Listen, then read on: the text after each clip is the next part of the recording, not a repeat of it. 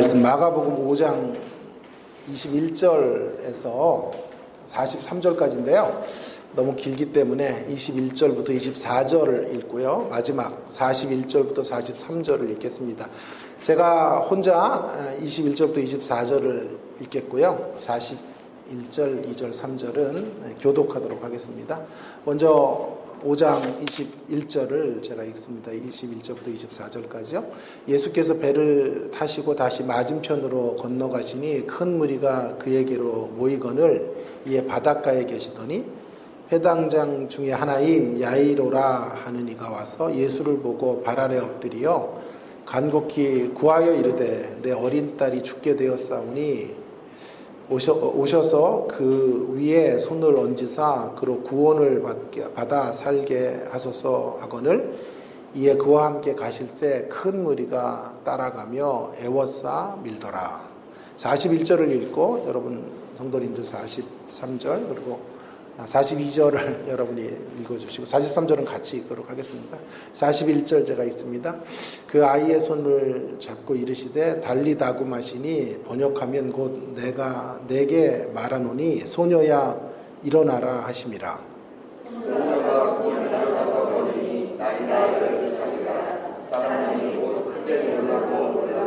함께 읽습니다. 예수께서 이 일을 아무도 알지 못하게 하고 그들을 많이 경계하시고 이에 소녀에게 먹을 것을 주라 하시니라. 아멘. 오늘 말씀 사실은 2017년 2월에 제가 샌드위치 구조 형식에서 샌드위치를 맛보다라는 제목으로 나눈 적이 있었습니다. 그때는 주로 혈류병을 앓고 있는 이 본문에 여인에 초점을 맞추어서 25절부터 34절을 가지고 제가 설교 테마를 삼았었는데요. 오늘은 세 사람의 주인공 등장인물 모두를 함께 생각하면서 내 말씀을 함께 나누려고 하는데요. 오늘 본문의 등장인물은 회당장 야이로이고요. 그 야이로의 딸 소녀가 나오고요. 그리고 혈류증을 앓고 있는 여인 세 사람의 등장인물들. 이들의 공통점이 있어요. 이들은 모두 고통하고 있는 사람들이다라고 하는 것이죠. 아니, 이들만이 아니라 우리 모두의 공통점, 고통이 있다는 것이죠. 정도의 차이만 있을 뿐 아픔의 세상을 우리는 힘겹게 살아가고 있습니다. 고통 속에 있는 자들의 간절한 소망은 한 가지예요. 빨리 고통에서부터 벗어나는 것이지요. 흥미로운 대목은요. 오늘 본문의 흥미로운 대목은 이 고통 앞에서 예수님이 반응하시는 모습인데요. 예수님께서 자칫 오해가 될 수 있는 행동으로 서 계시는 모습을 보게 됩니다. 예수님이 마치 늦장 대응을 하는 것처럼 이렇게 나타나고 있는 것이 아닌가 하는 생각이 듭니다. 일종의 뜸들이기죠. 일종의 뜸들이기. 그래서 오늘 말씀의 제목이 고통과 뜸이라고 하는 건 다른 게 아니라 뜸들이기의 약자를 제가 좀 흥미롭게 만들려고 덥고 하니까요. 이런 거라도 좀 흥미가 있어야 되지 않겠어요? 그래서 뜸이라고 이야기를 한 것이죠. 뜸들이기에 대한 입장차가 클 거예요. 예를 들어서 야이로, 회당장이 굉장히 높은 권한인데요. 회당장 야이로 편에서 보면 예수님 자꾸 시간을 지체하시니까 왜 이러시나 라는 생각이 들겠고요. 예수님의 편에서 볼 때는 사실은 뜸들이기가 아니고요.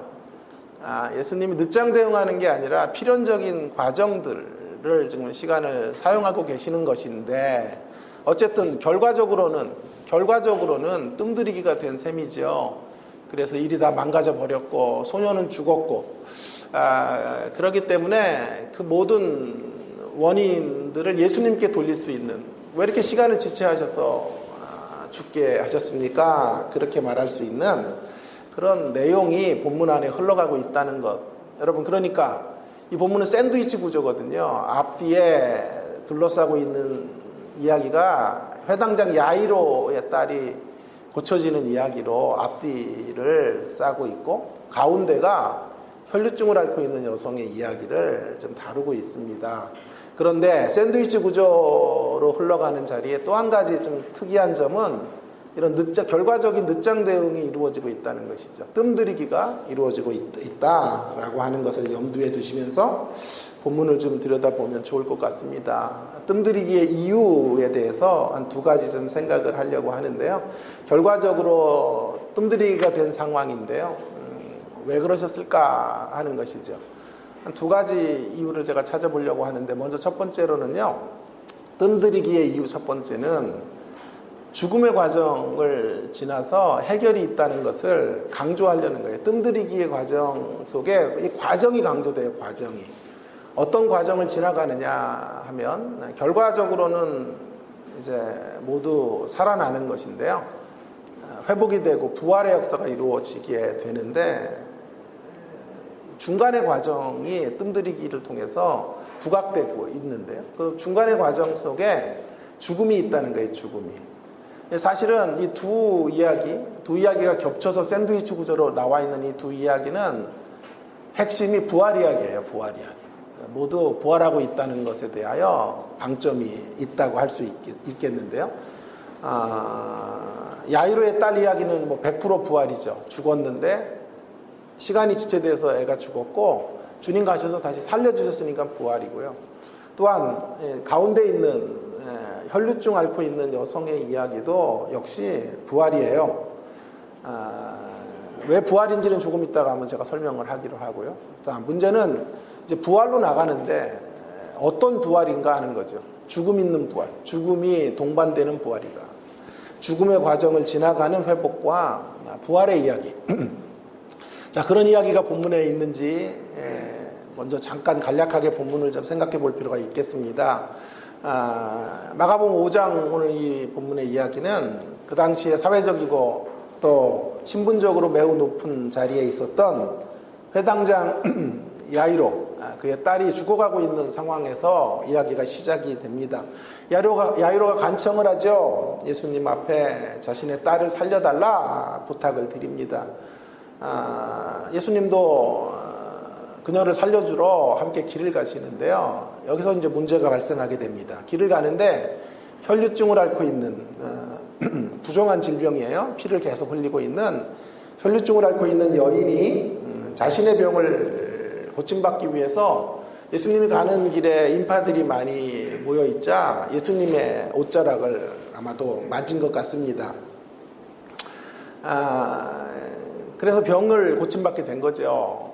예수님 충분히 자기의 능력이 빠져나간 것을 아셨을 테니까 그런가 보다 하고 지나가시면 되었는데, 거기서 멈춰 서시고 누가 나를 만졌느냐고 사람들에게 묻고, 이 과정에서 이제 시간이 딜레이 되기 시작한 거죠. 일대 소동이 벌어졌을 것이라고 생각이 들어요. 그냥 속히 가시면 되는데 느림보 거북이처럼 지금 행보를 하고 계시는 예수님을 보게 되는 것입니다. 일부러 그런 것은 아닌 것 같고요. 그런 이유가 있어요. 지금 예수님께서 이 여인을 자상하게 만나주셔서 모든 인생의 근본적인 문제를 해결해 주시는 분. 단순히 예수님 터치해서 질병 고치고 떠나는 것 같고 안 된다. 그녀의 진짜 문제를 해결해 줘야 된다고 판단하셨기 때문에 누가 나를 만졌느냐라고 묻고, 서로 아니라고 하고 뭐 여인은 뒤에 숨어서 주저하고 있는 그런 시간들이 지나갔겠죠. 자, 그리고 그 여인을 앞에 세워서 얘기하는 과정에서 이제 야이로의 딸이 죽게 되는 이런 문제가 벌어지게 되었는데요. 그래서 어쩔 수 없이 시간이 딜레이 될 수밖에 없었던 거죠. 야이로 편에서 보면 너무 주님이 늦장 대응을 하는 것 같지만, 예수님은 필연적 이유 때문에 지금 이 여인을 만나고 계시는 거죠. 여기서 잠깐 이 본문의 이야기 안에서 우리 예수님의 모범적인 행동을 우리의 귀감으로 좀 삼을 필요가 있다고 생각이 드는데요. 예수님 앞에 어쩌면 이 혈류증 앓고 있는 여성은 방해꾼이거든요. 예수님이 가려는 스케줄을 끼고 들어오는, 스케줄 가운데 들어와서 그의 진로를 가로막는 여성의 모습이 아닙니까? 여러분, 우리가 살다가 이런 방해꾼들을 만나게 되죠. 급한 시간 약속을 하고 달려가고 있는데 누군가가 끼어들어서 우리의 진로를 막을 때가 있다는 거죠. 그때 우리 예수님이 어떤 태도를 보이시는지가 매우 중요한데요. 그 여인을 불러 세우시고 그 여인의 진짜 문제까지 해결해 주시는 예수님의 모습을 보게 되는 거죠. 어떤 분의 글을 인용해 볼게요. 이 본문에 대한 주해를 이렇게 다뤘더군요. 사역 가운데 이러한 방해를 받을 때 여러분이 걸어가는 인생의 걸음 속에 이런 방해자들이 생길 때 방해에 응답하는 것 역시 사역의 하나로 간주하고 진지하게 대처해야 함을 예수님의 모범을 통해 배울 수 있다. 참 멋진 주예라고 생각해요. 우리의 삶의 자리에서 때때로 누군가가 방해를 할 때 그 방해하는 그 일도 우리 사역의 일부라고 생각합니다. 거기에 응답하셔야 돼요. 제가 교수 생활을 하는데 당연히 외국에서 제가 교수들을 만날 때는 당연히 시간을 정해줘야 돼요. 비서를 통해서 몇 시에 만나겠다. 그러지 않고는 만날 수가 없잖아요. 외국 교수들은 시간 관념들이 철저하고 하기 때문에 어포인먼트를 해야 되는데 한국은 그런 문화가 사실 아니에요. 그래서 약속을 해서 만나는데 중간에 누가 불쑥 끼어들 때가 있어요. 근데 눈치도 없어. 얘기 한참 나누고 있으면 들어왔다가도 나가야 되는데 들어와서 또 자기 볼일을 또 이야기하고 이런 방해꾼으로 서 있을 때가 있다고요. 그런 것 때문에 마음이 심령이 괴로울 때도 있어요. 왜 저러나, 왜 저렇게 눈치가 없나. 제가 내색은 안 해요. 내색은 내성적인 사람이기 때문에 내색은 안 하는데 너무 무례한 것이 아닌가 스트레스를 제가 받는 스타일이에요. 그래서 그런 것들이 어떤 때는 또 좋은 말로 핀잔을 줄 때도 있죠. 다음에는 꼭 약속을 정해서 와주세요. 제가 바쁜 일정이 있을 수도 있으니까 그렇게 부탁을 드리지만 그런 저에게 이런 예수님의 모습은 참 귀감이 되는 거죠. 그 방해도 내 사역의 일부예요. 제가 교수로 월급 받는 그러면서 사역하는 그 사역의 일부는 너를 방해하는 너의 시간을 빼앗아가는 그 사람의 필요도 채워주는 것이 너의 사역이다 라고 그것을 인식하고 받아들일 때 우리는 예수님의 모습을 닮아가고 따라가는 것이다 라는 생각을 하게 됩니다. 아무튼 예수님께서 진지하게 한 여성의 진정한 문제를 해결해 주는 이 과정에서 야이로의 딸이 죽습니다. 35절에 보시면 이제 회당장 야이로의 딸이 죽었다는 통보를 받게 됩니다. 늦장 대응을 하시게 된 꼴이 되고 만 거죠. 궁극적으로는요. 야이로 편에서는 이제 다 끝나버린 이야기. 그러나 예수님은 아직 끝나지 않았다고 생각하신 거죠. 그래서 계속해서 야이로와 함께 가자, 이제 자고 있으니까 내가 깨우러 가면 된다 라고 주님 말씀하시면서 이제 야이로의 집으로 가십니다. 그리고 그 집에 들어가셔서 그 야이로의 딸을 살려주십니다. 기대했던 것보다 훨씬 더 어마어마한 역사를 경험하게 된 거죠. 야이로는 기대한 게 병에서 고침받는 딸의 모습을 기대했는데 주님은 병을 고치는 정도가 아니라 죽음에서 부활케 하시는 자리로 나가게 하신 거죠. 그 과정에 뭐가 있어요? 부활로 나가는 과정에 죽음이 있다는 거예요. 죽음. 반드시 이 죽음을 지나서 부활에 이르러야 한다라고 말씀하시고 싶은 오늘 본문의 의도가 있는 것이 아닐까 그런 묵상을 하게 되었습니다. 자, 이제 또한 여성의 이야기로 좀 들어가 보시죠. 샌드위치 구조의 아내 노른자에 해당하는 이야기, 12의 혈류증을 앓고 있는 여성의 이야기도 동일하게 부활의 이야기이고 또 죽음을 지나가는 부활의 이야기라는 것을 여러분이 좀 눈여겨보실 필요가 있겠습니다. 자, 그녀는 예수님을 능력자로 알고 있죠. 예수님을 치료자라고 확신한 채로 인파들이 가득한 곳에 뚫고 들어가서 예수님의 옷자락이라도 만지면 살 것이다 라고 생각했던 것 같아요. 29절이 중요한데요. 29절에 보시면 예수님 혈루증 앓은 여성이 28절에서 내가 그의 옷에만 손을 대어도 구원을 받으리라 생각했고 29절에서 곧 그 혈루증이 먹게 되는 역사를 경험하게 된 거죠. 그리고 자기의 병이 고쳐진 것을 직감하고 이제 일상으로 돌아가면 이야기가 끝나는 것 같은데 예수님의 행동이 참 우리의 상식과 이런 우리들의 통념을 항상 뛰어넘어요. 성경을 보실 때.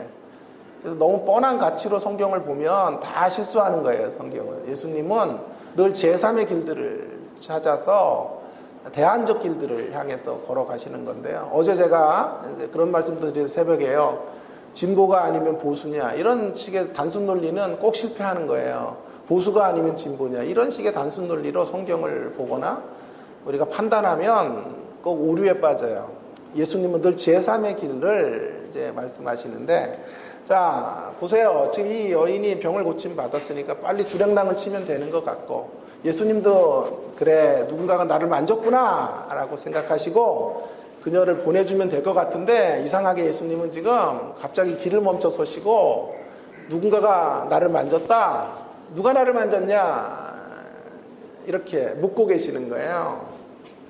여러분, 그녀의 편에서는 순조롭게 일이 진행되는가 싶더니 예수님이 지금 누가 나를 만졌느냐고 질문하자 아마 정지화면처럼 됐을 거예요. 정지화면처럼. 왜 그런고 하니 여성이 남자를 만질 수 없는 사회의 관습도 그렇고, 또 더욱이 혈류증은 부정한 병이에요. 부정한 병으로 상대를 만졌다라고 하는 것은 상대를 부정케 했다라는 뜻이 되어버리는 거죠. 그래서 이것도 일종의 죽음이에요. 예수님도 지금 일종의 죽음의 자리를 지나가게 하시는 거죠. 그녀를 완전한 회복으로 가실 때 일종의 사회적 관계의 죽음이에요. 그녀가 공중 앞에 서면 어떻게 되는 것입니까? 그녀가 부정한 채 부정한 사람을 부정케 했으니까 민폐를 끼친 사람 정도가 아니라 혐오의 대상이 되는 것이거든요. 그러니까 누가 나를 만졌느냐라는 말은 일종의 죽음의 과정을 지나가도록 하시는 거죠. 오늘날로 말하면 이렇게 번역할 수 있을 것 같아요. 피의자 신상공개. 제가 계속 고민했는데 정확한 단어가 생각이 안 났는데, 오늘 아침에 설교를 고민 다시 하다가 이 단어를 확 주시더라고요. 피의자 공개, 신상공개라는 게 있잖아요. 그죠? 다 개인의 어떤 인권이 있기 때문에 범죄한 사람들 공개하지 않지만 극악무도한 죄를 범한 사람들에게 있어서는 함께 협의를 해서 피의자 신상공개를 하잖아요. 딱 그 모습이에요. 피의자 신상공개. 누가 나를 만졌느냐. 주님의 의도는 그렇지 않았으나 공개적으로 그녀의 이름을 드러내고 그녀의 얼굴을 공개한다는 것은 그녀가 어쩌면 사회적인 매장이 되는 죽음의 자리로 가게 만드는 길과도 같다라고 말할 수 있겠습니다. 여러분, 대중 앞에 그녀는 부정한 모습으로 상대를 만지는 여성처럼 서 있게 된 것이죠. 그녀가 혈루증을 앓고 사는 것도 죽음이에요. 일종의 사회로부터 격리된 자로 살고 부정한 자의 취급을 받고 사는 게 사회적 죽음이고, 지금 또 한 번의 죽음이 이루어지는 거죠. 이제 더 깊은 차별, 더 깊은 소외로 떨어지게 되는 자리가 이런 그의 신분이 공개되는 자리에서 드러나게 되는 것입니다. 그러기에 여러분, 야이로의 딸 이야기만이 아니라 오늘 이 혈루증 앓고 있는 여인의 이야기도 모두 죽음의 시간을 지나서 회복이 되고 고침받는 이야기라고 할 수 있어요. 이게 본문의 핵심 키워드예요. 죽음을 지나 어디로 가요? 34절에 보시면 34절에 예수께서 이르시되 딸아 내 믿음이 너를 구원하였으니 평안히 가라 내 병에서 놓여 건강할지어다. 이미 병에서 자유케 됐는데 여기서 말하는 건강은 단순히 질병으로부터의 건강 정도가 아니에요. 이런 의도가 있었죠. 예수님은 사회적인 관계 안에서 다시 그를 회복하시고 온전한 치유와 또 주님의 제자가 되고, 내 딸아 그런 걸 보시니까 주님의 제자가 되는 자리까지 그녀를 초대하고 싶어서 주님은 지금은 불가피하게 신상공개를 하며 시간을 소비하게 되신 거죠. 이렇게 여러분, 두 이야기 모두에서 질병 치유의 이제 대상이었던 사람들은 자신들이 생각했던 것보다 훨씬 이상의 영광과 축복의 자리로 가게 된 거죠. 그런데 중요한 건 그 길목에는 뭐가 있다고요? 죽음이 있었다는 거예요. 죽음 없는 부활 없고 죽음 없는 제자도가 없다 라고 하는 것을 강조하려는 거죠. 그렇습니다. 여러분, 신앙의 여정은 어쩌면 죽음의 여정이에요. 죽어야 다시 사는 길, 죽어도 다시 사는 길, 죽어서 다시 사는 길. 죽어야 살고 죽어도 살고 죽어서 사는 길이 신앙의 길이에요. 한 두 가지로 좀 이 죽음에 대한 적용을 좀 우리 현대인들에게, 오늘의 신자들에게 해보기 원하는데, 첫 번째 적용은요, 옛 자아에 대한 죽음이에요. 옛 자아에 대한 죽음. 무엇보다도 고통의 여정 속에서 우리의 고통의 자리 속에 우리가 죽어야 될 대목이 뭐냐 하면 자아의 죽음이에요. 옛 자아가 죽어야 돼요. 옛 자아가 처리되는 죽음에 이르러야 된다라고 좀 강하게 외치고 싶어요. 여러분, 죽으면 되는데 죽이면 되는 줄 알아요. 죽으면 되는 건데 죽이면 되는 줄 알고 살아가는 사람들이 정치인들이죠. 아니, 정치인들만 아니에요. 우리 모두가 그렇게 살아요. 죽으면 되는 건데, 내 자아가 죽으면 되는 건데 상대를 죽이면 되는 줄 알아요. 결혼해서 부부가 평생을 싸워요. 어떤 싸움? 기싸움을 하는 거예요. 서로의 기가 누가 센지를 이제 주도권 다툼을 하고 있는 거죠. 상대를 제압하면 되는 줄 알아요. 절대로 안 되죠. 죽이면 되는 게 아니고요. 죽어야 돼요. 내가 죽어야 가정이 회복되고 공동체가 회복되고 이 사회가 변화를 받게 되는 것입니다. 내 자아가 죽을 때 비로소 부활이 일어나는 거예요. 구원이 일어나는 거예요. 새 생명의 역사가 거기서 펼쳐지게 되는 거예요. 어느 가정이든 어느 공동체든 어느 집단이든 역설적이게도 죽어야 살아요. 누군가가 한 사람이 죽으면 그 가정은 살 거예요. 아무리 문제 있는 가정도 한 사람이 십자가의 정신으로 죽기로 결심하는 순간 살아나게 될 거예요. 다음 주에 아멘 하세요. 자, 살아나게 될 거예요. 여러분, 우리가 먼저 주님을 믿었다라고 하는 말은 이런 뜻이에요. 사람 앞에 진리 노릇하라는 뜻이 아니에요. 진리 노릇하면 안 돼요. 내가 가지고 있는 가치를 가지고 내가 알고 있는 기독교를 가지고 마구 책망하고 꾸짖고 그건 진리 노릇하는 거예요. 진리 노릇하는 사람들이 가득한 곳은 싸움과 분쟁밖에 없어요. 결코 소망이 없는 공동체는 진리 노릇하는 사람들이 그득그득한 곳이에요. 진리가 되는 사람이 있어야 돼요. 진리 노릇하는 사람이 아니라 진리가 되는 사람들이 서 있어야 돼요. 그 사람이 거름이 되어야 새 생명의 꽃들이 피어오르게 되는 것입니다. 여러분, 우리의 모든 고통은 선하다고 말할 수 없어요. 피할 수 있으면 고통은 피해야 돼요. 사실은요. 물리칠 수 있으면 도전하시고 싸워서 극복해내셔야 돼요. 그러나 그럼에도 불구하고 남아있는 고통이 있어요. 물리치다가 어쩔 수 없이 남겨진 고통에 대해서는 그 고통을 이렇게 여기시면 좋겠어요. 내 자아를 처리하라고 남겨놓으신 고통이다 라고 생각하면 정답이에요.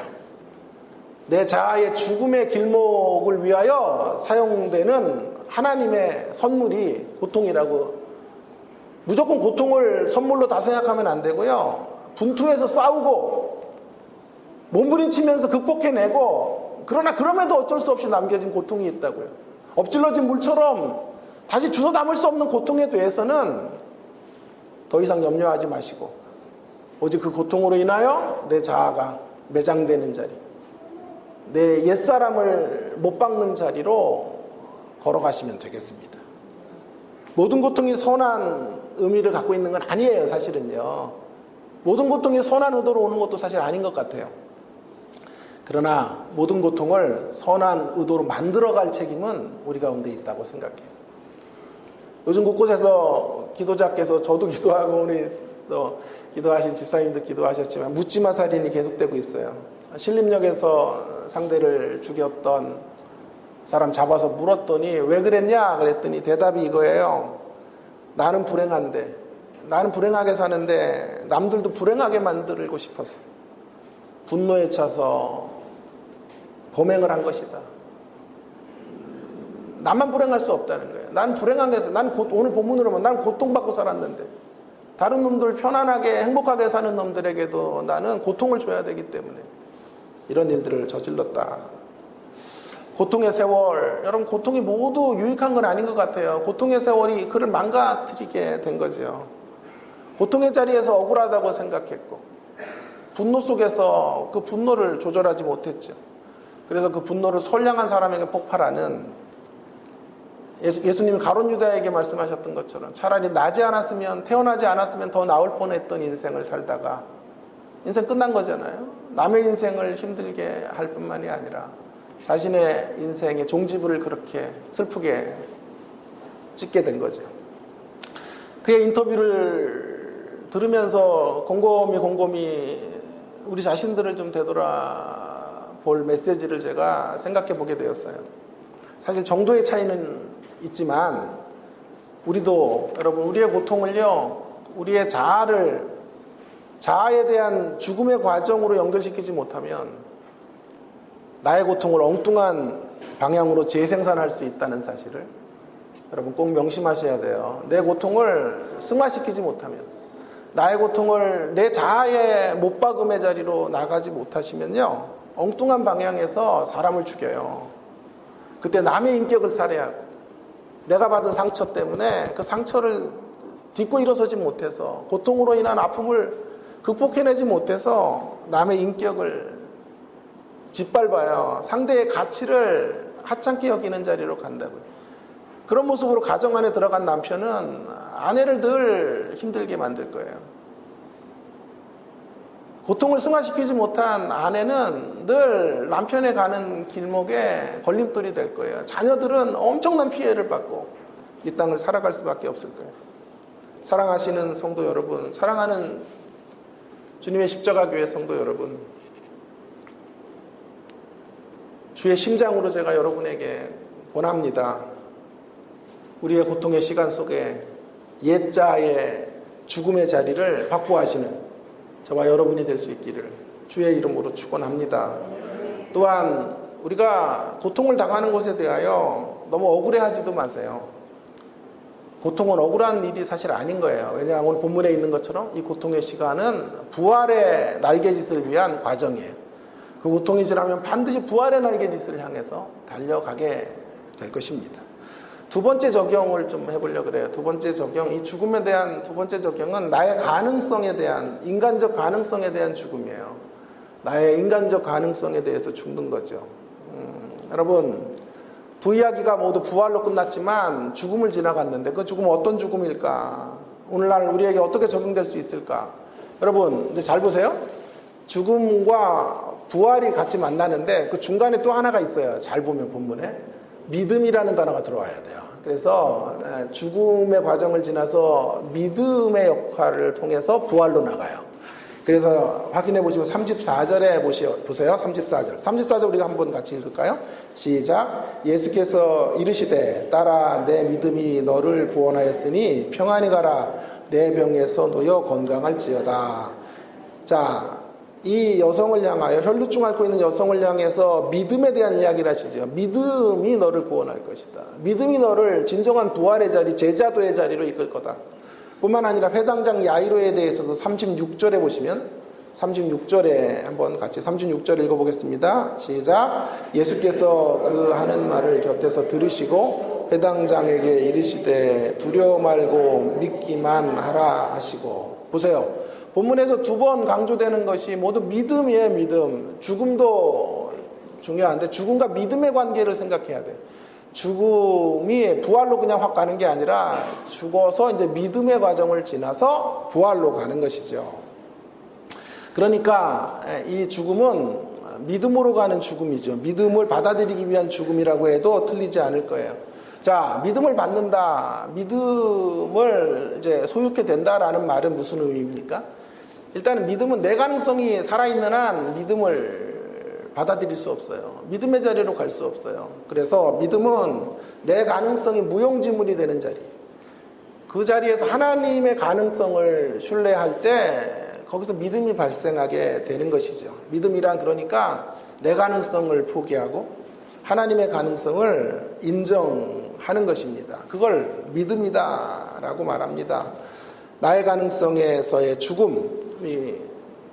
죽음의 자리에서 꽃피워지는 게 하나님의 가능성을 인정함의 자리로 나가게 되는, 그것을 믿음이라고 말해요. 그런데요, 오늘 흥미로운 대목은 이 믿음이 처음부터 그렇게 강력한 것은 아닐 수 있다는 거예요. 그 사실을 이 혈루증 앓고 있는 여성의 이야기를 통해서 특별히 강조하고 있는데요. 자, 다시 혈루증 앓고 있는 여성의 이야기로 들어오면 이 여성은 예수님에게 나가면서 미신적 일종의 믿음을 갖고 있었어요. 옷자락이라도 만지면 고칠 수 있겠다라는 생각을 한 거죠. 옷자락을 만져서 고침받는다라는 건 다소 높은 수준의 믿음이 아니에요. 어쩌면 세속적 어떤 일반 종교에서 이제 알게 된 어떤 믿음과 유사한 모습이라고 할 수도 있을 것 같아요. 그녀는 그래도 귀한 대목은 뭐냐면 그녀는 예수님께 나가면 고침받을 수 있다고 믿은 거예요. 예수님께 나가면 예수님을 만지면 그 대상이 예수님이었다는 거예요. 예수님께 나가서 그분을 만지면 치료가 이루어질 것이라는 확신이 있었지만 면밀히 그녀의 믿음의 질과 퀄리티를 살펴보면, 수준을 살펴보면 그리 높은 수준의 믿음은 아닌 거죠. 높은 차원의 믿음이 아니에요. 그럼에도 불구하고 예수님은 다시 34절에서 내 딸아 라고 그녀를 인정해 주신다고요. 그래서 그녀의 믿음을 어떤 이가 이렇게 표현했더군요. 공감합니다. 그녀의 믿음은 질적으로 높은 수준은 아니지만 그녀의 믿음은 그렇다고 해서 결코 작지 않은 믿음, 결코 작지 않아요. 그럼에도 불구하고 그녀의 믿음이 결코 작은 믿음이 아니다 라고 하는 거죠. 결코 작지 않은 믿음을 인정해 주시는 주님, 이 주님, 저는 이런 주님이 너무 좋은 거예요. 대단한 믿음을 인정해 주시는 주님, 그런 주님만 성경에 가득하다면, 그런 기독교로만 늘 기독교 복음이 설파된다면 저 같은 사람은 설 자리가 없어요. 저는 목사직 때려쳐야 돼요, 저 같은 사람. 그러나 이런 주님이 계신 거예요. 그리 대단해 보이지 않는 믿음도 귀한 믿음이라고 여겨주시는 거예요. 어제 새벽에도 제가 이런 비슷한 결의 이야기를 했어요. 같은 맥락에서. 이상하게 새벽과 함께 연관되는 때가 많아요, 설교가. 같은 맥락에서 바라봐야 되는 거죠. 주님이 나의 인생의 문제를 해결해 주실 분이십니다. 이러한 믿음이 결코 작은 믿음이 아니다라는 거예요. 인생의 문제를 해결해 주시지 않아도 좋습니다, 주님. 내 영혼만 부탁합니다. 우리 이런 믿음으로 못 가셔도 괜찮아요. 정죄당하지 않으셔도 돼요. 대단한 그런 믿음, 육신의 문제 같은 건 저는 아랑곳하지 않습니다. 제 영혼만 건강하면 좋겠습니다 라는 믿음은 굉장히 높은 수준의 믿음인 거예요. 그리고 당연히 그런 요구를 우리는 달려가야 되고 그런 수준으로 주님을 믿어 나가야 되는 것은 너무 필요한 이야기죠. 그러나 대단한 믿음으로 반응하지 못한다고 해도 초라하게 느끼진 마시라고요. 왜냐하면 주님은 그녀의 필요와 그녀가 갖고 있는 고작 질병을 고쳐주는 예수님 정도의 신앙을 하찮은 신앙이라고 보지 않으시고 결코 작지 않은 믿음이다 라고 말씀해 주셨기 때문이죠. 작지 않은 믿음이라고 평가해 주시는 거죠. 저희 학교 은퇴하신 교수 중에 유호준 교수라고 탁월한 교수예요. 구약의 저는 우리나라의 최고의 구약학자가 아닌가 싶은데 그분이 이제 예수님 따르는 삶이라는 마가복음 강해를 썼더군요. 근데 그 안에서 똑같은 이야기를 하고 있어요. 한번 들어보세요. 그분의 이야기 그대로 제가 그 워딩 가지고 설명할게요. 아주 작은 불꽃 같은 믿음이라도 그분에게는 결코 작지 않습니다.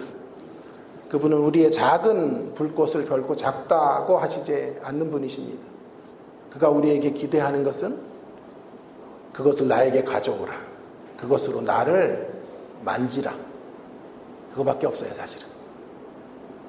여러분, 이렇게 시시해 보이는 믿음, 옷자락이라도 만지면 나을 것 같은, 오직 관심은 자기 질병을 고치는 것밖에는 더 이상의 수준이 없는 그런 믿음도 주님이 보실 때 결코 작지 않은 믿음이라고 여겨주시는 거예요.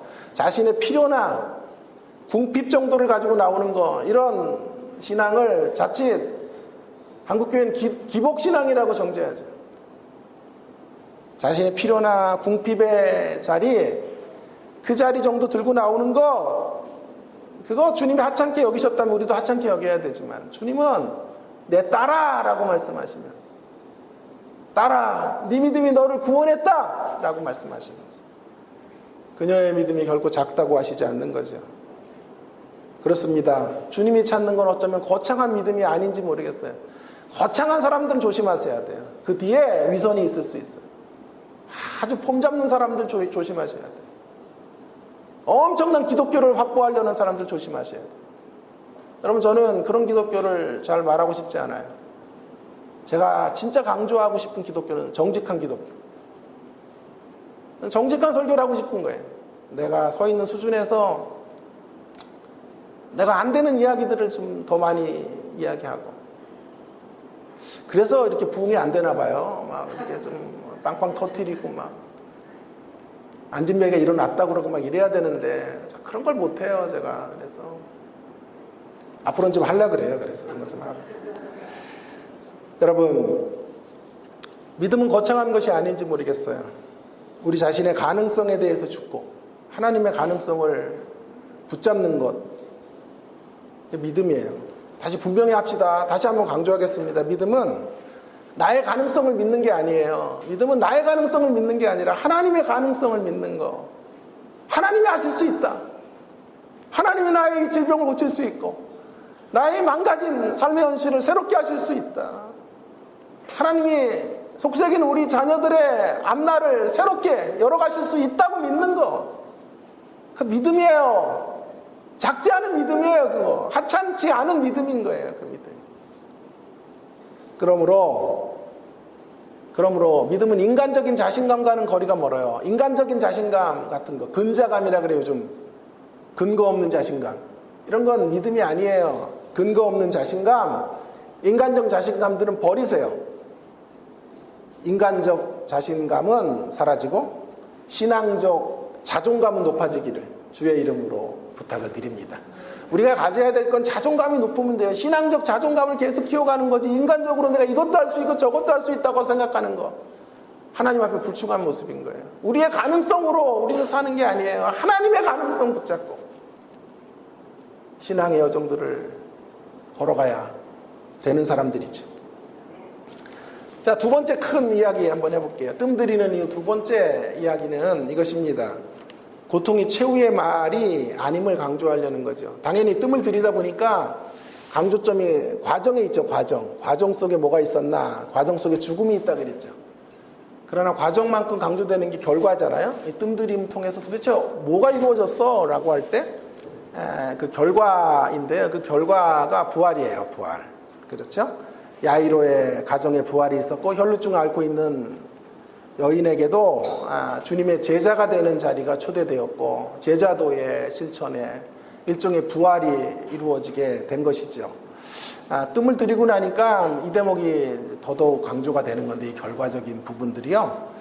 결국 그 결과를 통해서 우리가 확인하게 되는 건 이런 거죠. 고통으로 시작됐던 이야기인데 고통이 끝이 아니에요.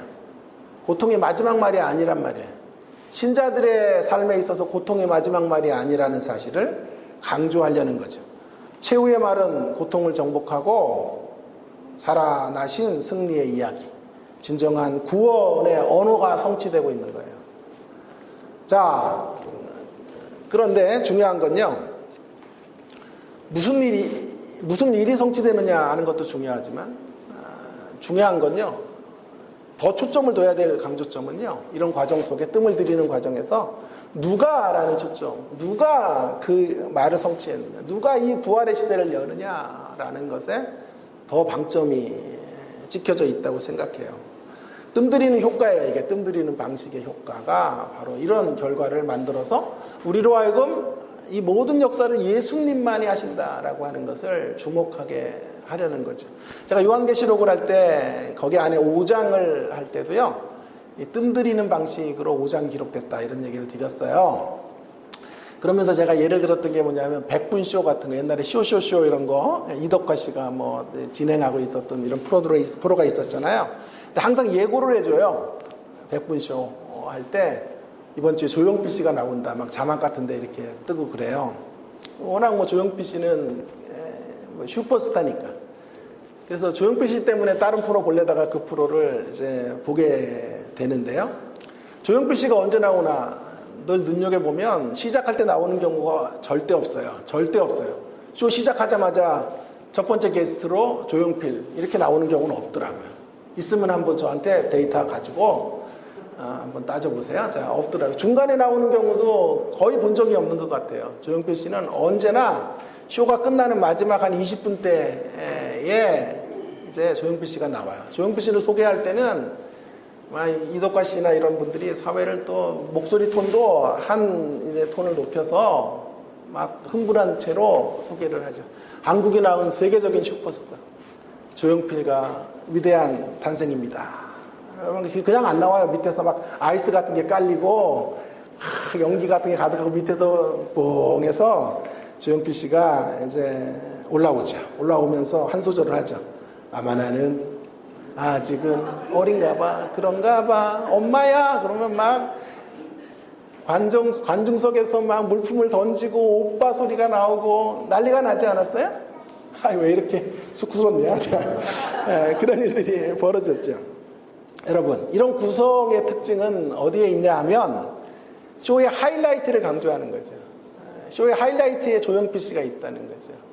그리고 그의 노래가 있는 거예요. 여러분, 조용필 씨가 부른 조용필 씨의 노래가 중요한 거예요. 그가 부른 노래보다 중요한 건 그가 부르는 노래. 그가 불렀던 노래보다 중요한 건 그 노래를 조용필 씨가 부르기 때문에 그 쇼를 기다리는 거란 말이에요.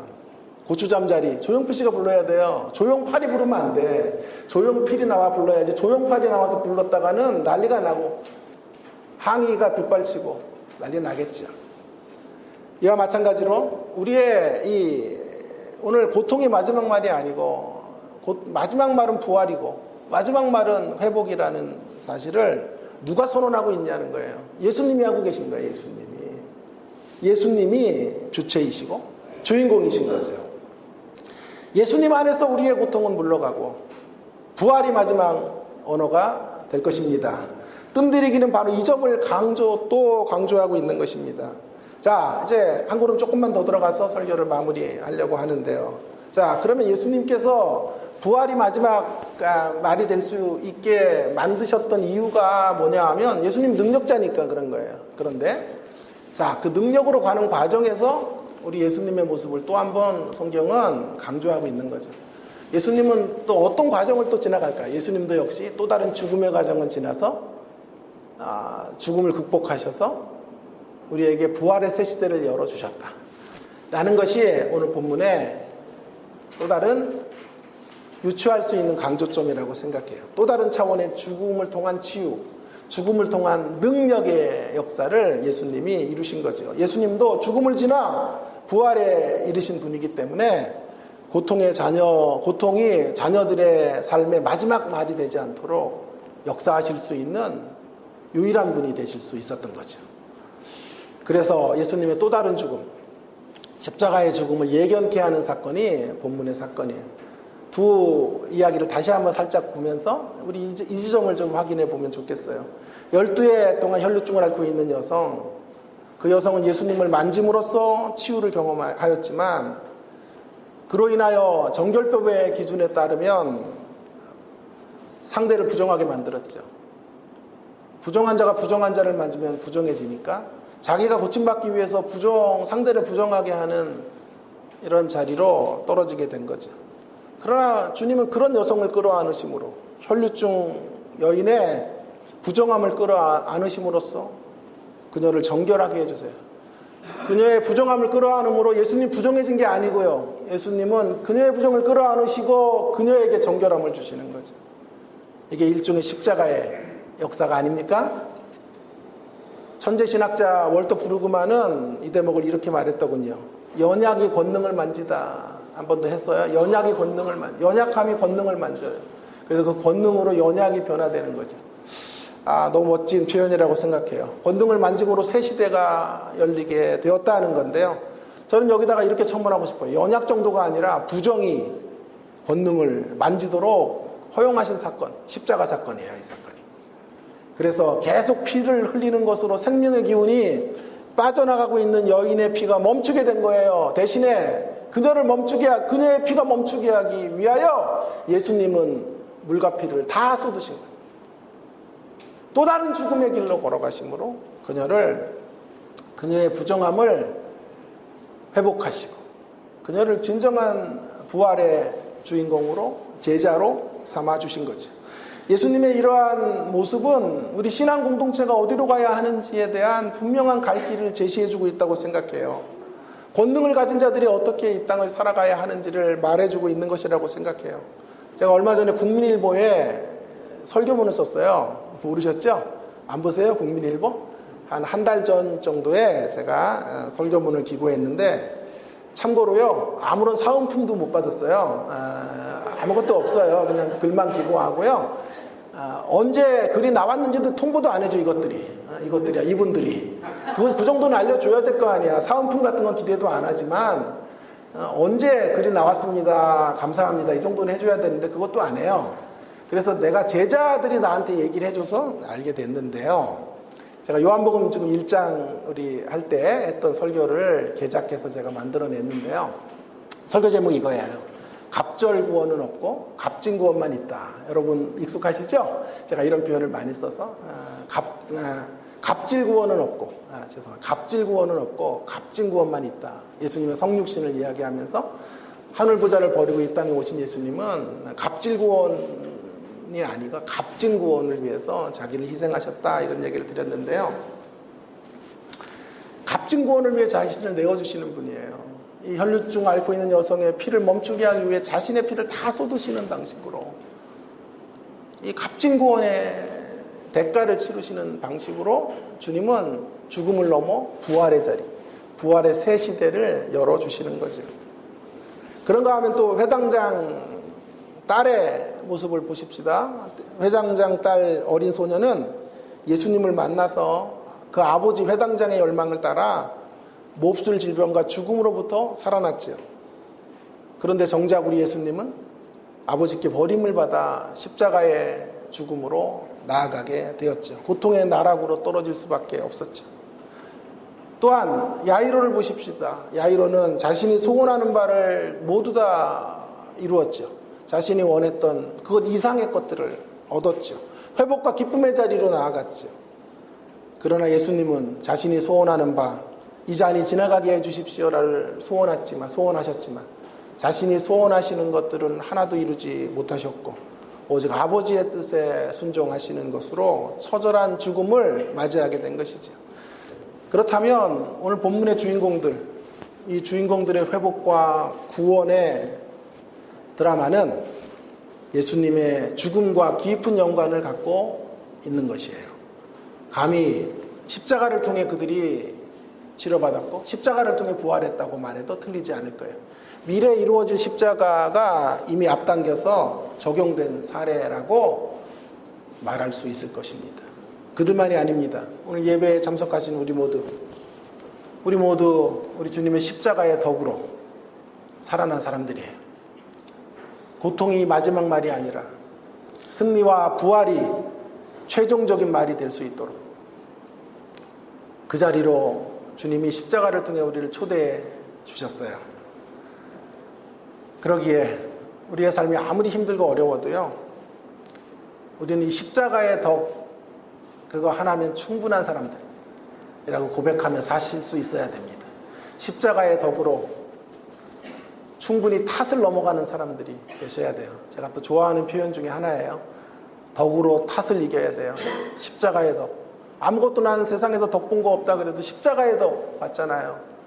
예수의 이 죽으심으로 인하여 우리가 살았으니까 그 덕이면 충분하다고요. 그 덕으로 우리 삶에서 직면하게 되는 온갖 탓할 수 있는 환경 탓, 부모 탓, 무슨 정권 탓, 무슨 사람 탓하는 이 모든 탓을 넘어서는 우리가 될 수 있을 것이라고 확신합니다. 십자가 덕을 보고 살아온 인생임을 고백하시며 그 어떤 원망도 극복하시는 주의 자녀들 되기를 주의 이름으로 축원합니다. 필립 얀시는 마지막 오늘 결론에서 이렇게 말하고 있죠. 필립 얀시는 고통은 진정한 하나님의 선물이에요. 그런데 아무도 원하지 않는 하나님의 선물이라 그랬어요. 참 역설이 있는 말이죠. 음미해 볼 필요가 있어요. 고통은 선물인데 아무도 원하지 않아요. 그래요. 여러분, 고통 우리도 원하지 않고요. 모든 고통이 우리를 유익되게 하는 거 아니에요. 자, 여기서 말하는 고통은 딱 한 가지. 우리가 분투해서 고통 마이너스 분투를 빼면 남는 고통이 있어요. 고통에서 분투를 빼고 남는 그 고통에 대해서만 우리 고민하십시다. 몸부림치면서 어떤 수단과 방법을 통해서라도 고통을 극복할 수 있다면 극복하세요. 모든 고통이 선한 것은 아니기 때문에 싸우세요. 도전하세요, 고통에 대해서. 자, 그래서 극복해내시되 그러나 여전히 남아있는 고통에 대해서 우리는 의미를 부여해야 되고 그 남아있는 고통은 하나님의 선물로 여기셔야 돼요. 하나님의 귀한 선물로 여겨서 오늘 뜸들이기의 이야기를 통해서 우리에게 주시는 메시지를 연결할 필요가 있어요. 그 남겨진 고통은 나의 자아의 죽음, 나의 가능성에 대한 죽음의 작업으로 그 고통을 재료로 사용하세요. 고통을 재료 삼아서 우리의 옛자아를 죽이시고 못된 우리의 습성들 십자가에 못 박으시고 나의 가능성이 아니라 하나님의 가능성을 붙잡는 자리로 나로서는 안 되니까요. 걸어가실 수 있는 우리가 되기를 바랍니다. 고통 때문에 또 절망하지 마세요. 우리에게 소망이 있고 기대가 있어요. 우리는 고통으로 끝나지 않을 거예요. 반드시 새 역사를 경험케 하실 것이고 부활이 마지막 말이 되도록 하실 거예요.